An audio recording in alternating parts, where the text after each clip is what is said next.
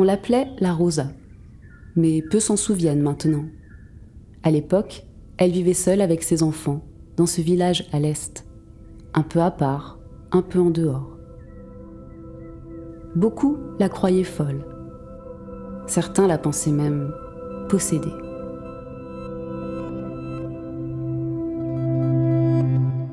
Qui ça? La Rosa. Ah mais oui. On la voyait quand elle rentrait des courses. Elle habitait là, juste en face. Elle était toujours à trembler de partout. Bah, c'était l'alcool qui faisait ça. Mais non, c'était la maladie, la danse de Saint-Guy.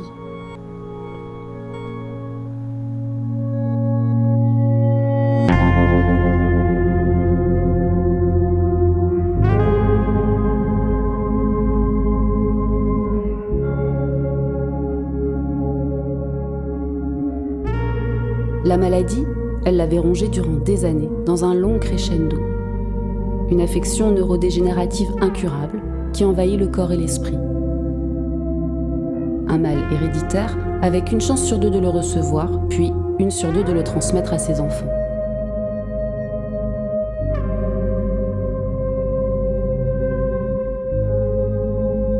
Les fondations du mal sont-elles là? Le mieux est de ne pas y penser.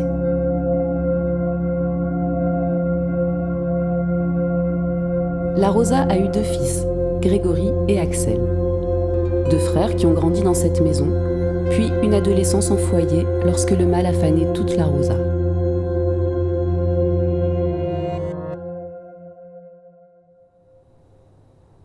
À l'époque, moi je tenais le tabac presse. Alors je les voyais souvent dans le village, ces deux mômes. Hein. C'était des sacrés débrouillards et des sacrés casse-cou. Hein. Ah, ils ont dû en faire des belles.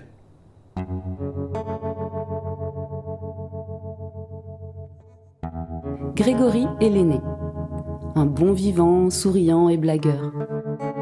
Un bricoleur hors pair, avec 1000 idées en tête et les mains pour les réaliser.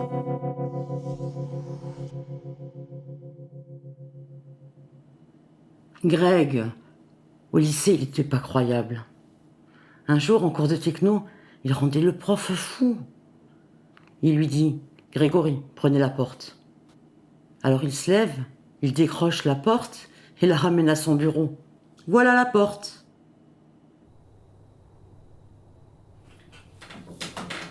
Ouais, Greg, ouais. On était dans le même lycée. On en a passé des soirées à se marrer. Quand on squattait le banc, on était là, à refaire le monde. Et Greg, il avait toujours un bon mot. Toujours là pour les potes. Ouais. Et puis, bon, voilà.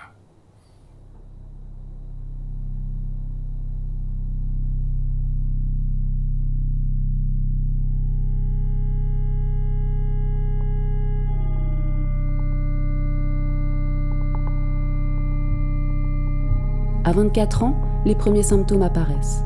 Confusion, renfermement. Il le sait, c'est elle. Comme pour sa mère, la maladie s'installe.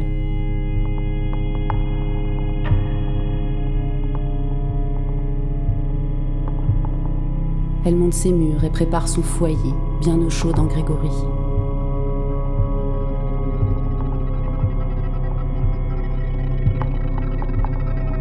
Très vite, son état se détériore.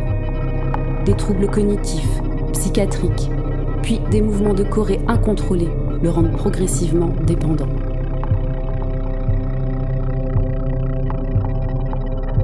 Son frère ne peut plus assurer le quotidien. Il entre alors dans une maison d'accueil spécialisée dans la prise en charge de cette maladie.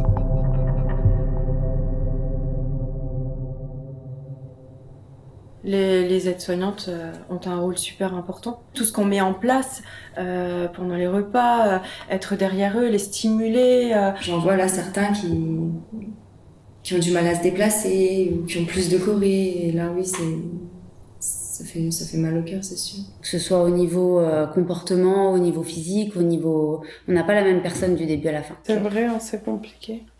Ils évoluent pas tous pareil. Ils ont besoin de bouger, ils ont besoin de vivre comme nous, comme tout le monde.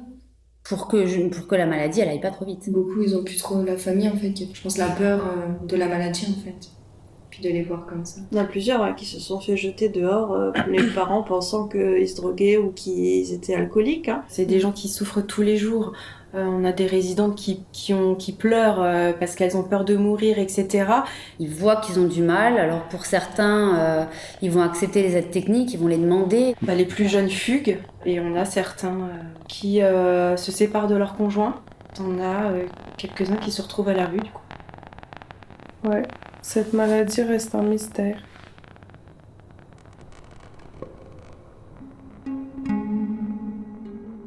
L'espérance de vie est de 15 à 20 ans, pendant lesquels, progressivement, toutes les facultés se détériorent. Les corps se transforment, se crispent, se raidissent, se relâchent et se cognent. L'esprit se perd, se ralentit, se fragmente. Et toute la place est occupée par le mal.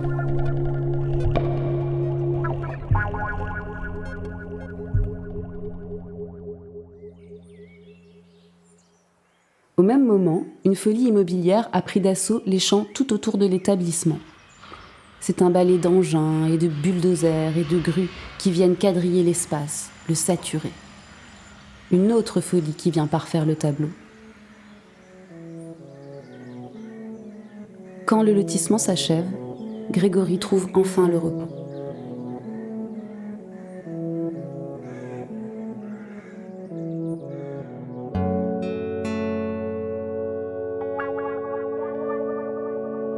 Axel se retrouve alors sans famille.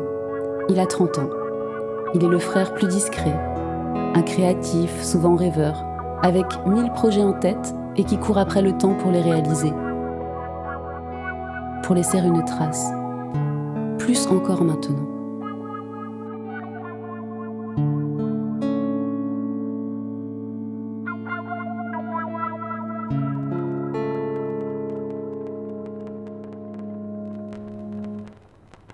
Axel, ouais, on bossait ensemble.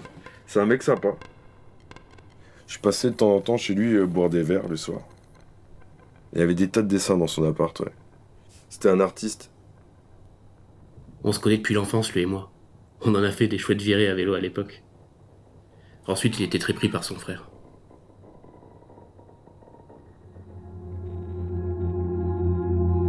Et puis il a su. Des mouvements anormaux, des maladresses, un déséquilibre. Les fondations sont là pour lui aussi. Et quand on connaît la suite, tout devient différent. La vie prend un nouveau goût, exécrable au début, et qu'il ne vous lâche plus ensuite. Le goût du manque de choix, la disparition des possibles. C'est mon cousin. J'ai gardé contact avec lui jusqu'à son départ. Mais dès qu'il a su, on l'a plus revu, il a disparu. Disparu, totalement. Non, plus de nouvelles du tout à l'atelier. Comme ça, du jour au lendemain. Moi, j'ai eu un dernier message. Je le fais. Et puis plus rien. Le silence. Tout devient différent quand on connaît la suite.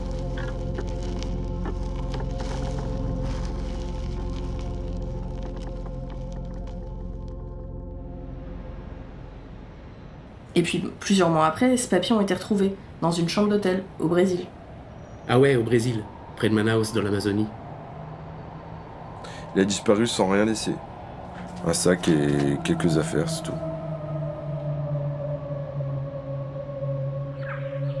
On sait juste qu'il a acheté un trajet vers une station forestière. Alors Axel a décidé de créer un autre possible. Une expérience ultime.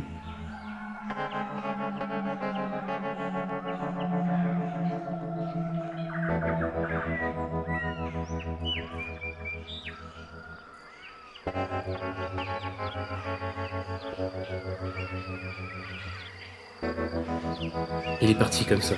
Ouais, parti dans la jungle. Tout seul, dans la jungle. Il était tout seul.